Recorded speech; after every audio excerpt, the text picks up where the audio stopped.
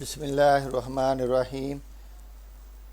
حضرت ابی بن کعب رضی اللہ تعالیٰ عنہ بیان کرتے ہیں کہ رسول صلی اللہ علیہ وسلم نے مجھ سے فرمایا، اے ابو منذر، جانتے ہو تمہارے پاس اللہ تعالیٰ کی جو کتاب قرآن مجید ہے، اس کی کون سی آیت سب سے بڑی ہے؟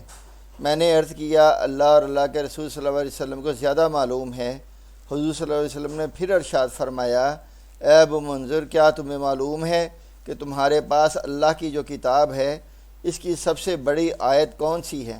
میں نے عرض کیا، اللہ لا الہ الا هو الحی القیوم، یعنی آیت الکرسی۔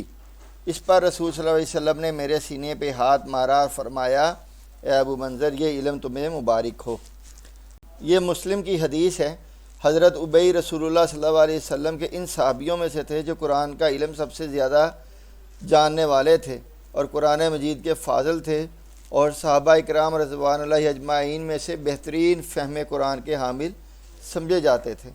یہ رسول کریم صلی اللہ علیہ وسلم کے طریقہ تعلیم میں سے ایک طریقہ تھا کہ آپ صلی اللہ علیہ وسلم صحابہ اکرام سے سوال کرتے تھے اور ان سے دین کے بارے میں، قرآن کے بارے میں پوچھتے تھے تاکہ پتہ چلے کہ انہوں نے کتنا کچھ سمجھ لیا ہے۔ اسی طرح نبی کریم صلی اللہ علیہ وسلم نے آیت الکرسی کی عظمت اور اہمیت کو اجاگر کرنے کے لیے یہ سوال کیا۔ یہ آیت الکرسی کی عظمت اور اہمیت اس بنا پہ ہے کہ یہ قرآن مجید کی ان چند آیتوں میں سے ہے جن میں توحید کی مکمل تعریف بیان ہوئی ہے۔ اللہ تعالیٰ کی ذات و صفات کا بہترین بیان ایک تو سورہ حشر کی آخری آیات میں ہے، ایک سورہ فرقان کی ابتدائی آیات میں ہے، سورہ اخلاص میں ہے، اور یہ آیت الکرسی میں ہے۔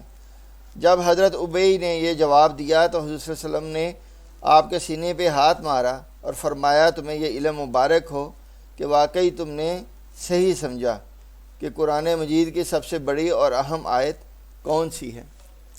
اللہ تعالی ہمیں بھی قرآن سے جڑنے، قرآن سمجھنے، قرآن پر عمل کرنے کی توفیق عطا فرمائے۔ السلام علیکم۔